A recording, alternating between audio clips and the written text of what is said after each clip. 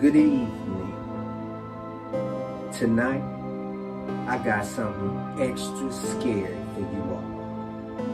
Perfect for cuddle season and also the Halloween weekend. So sit back, relax, get your nachos, popcorn, and something to sip on. And enjoy a tale from yours truly, Ali A. Parker. Don't look up.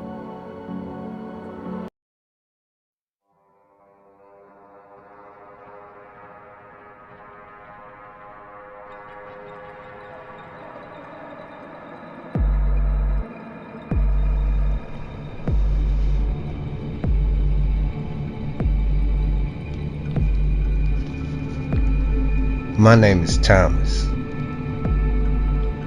and I'm gonna give y'all my version of how it all began. How the world as we once knew it turned into a horrifying hellhole for all those who inhabited the earth.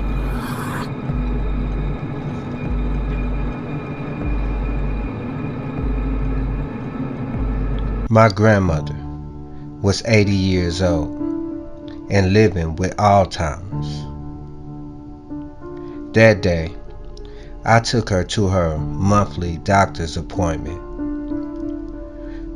And when I was getting her into the car, she began to stare blankly into the sky and then began to ramble on about the ocean and water and how everyone was drowning. By the time we got to the doctor's office, she was hysterical and she would not calm down. Then she said she was having trouble breathing and she began to imagine herself drowning.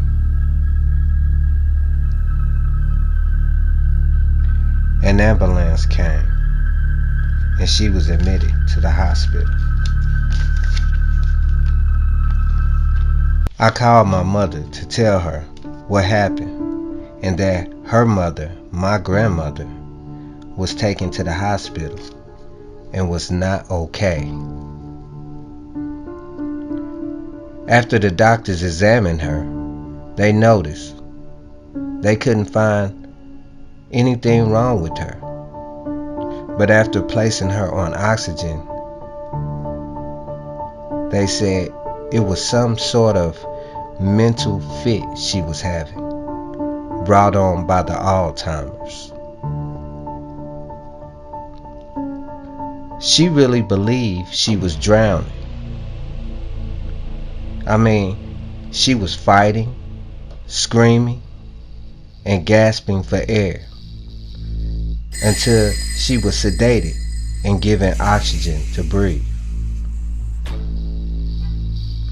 I left and walked down to the waiting room to clear my head when I noticed a couple with a child enter into the hospital. The mother was hysterical, screaming that her daughter needed help. When I looked at her daughter, I saw a horrible sight. Her eyes had been gouged out, and her hands and skin were bleeding. She was scratching at her entire body and screaming, "Mommy, Daddy, the bugs, they just won't stop biting me." I turned away and looked out the window when I noticed the streets were now in chaos. I saw a man standing in the middle of the street, shaking and crying, and for no apparent reason, he pulled out a gun, put it to his face, and with his hands trembling, he pulled the trigger. This scene horrified me. I immediately went to check on my mother, who had stepped outside to clear her head and smoke a cigarette. When I stepped outside, I saw her standing there in a daze, staring at the sky. She said, "Son, don't look up."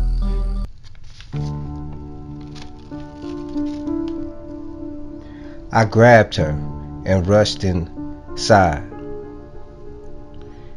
And with the soft voice, she said, "There's demons in the sky. And once you look up, your deepest fears come to life and become your reality." My mom was a deeply spiritual person that believed in God and feared the devil. So she pulled out a cross from her purse, balled up in the corner, and screamed, "They're all around me. Do you see them?" Then she got up, full of energy, and ran out the door outside.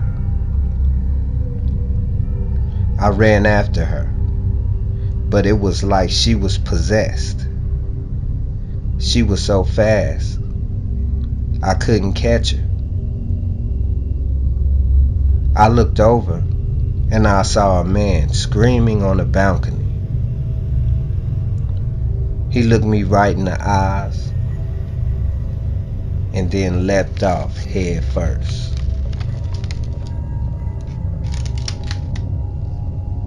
Everywhere I turned, there was horrific things taking place. And during all this chaos, I forgot what my mom had told me. And I made the worst mistake of my life. I looked up.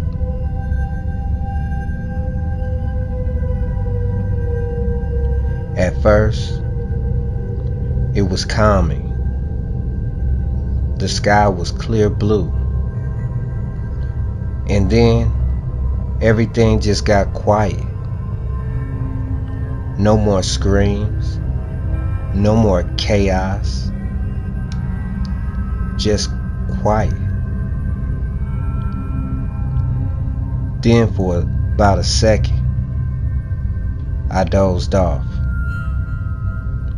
And when I opened my eyes, things had turned much worse.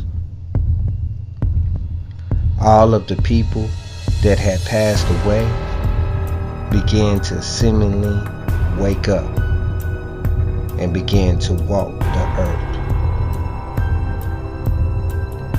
The man that I had seen leap from the balcony was now up walking, his face smashed in with blood dripping down his cheeks and clothes.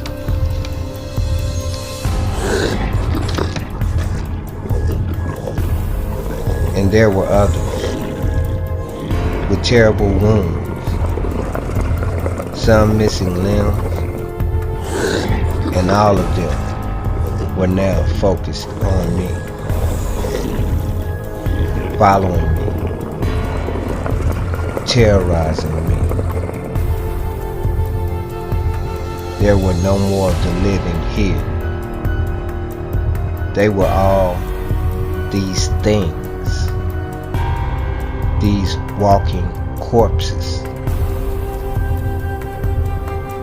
Then day turned into night, a permanent night. I'm still running. I'm still hiding. And for anyone listening, Please, please, don't look up.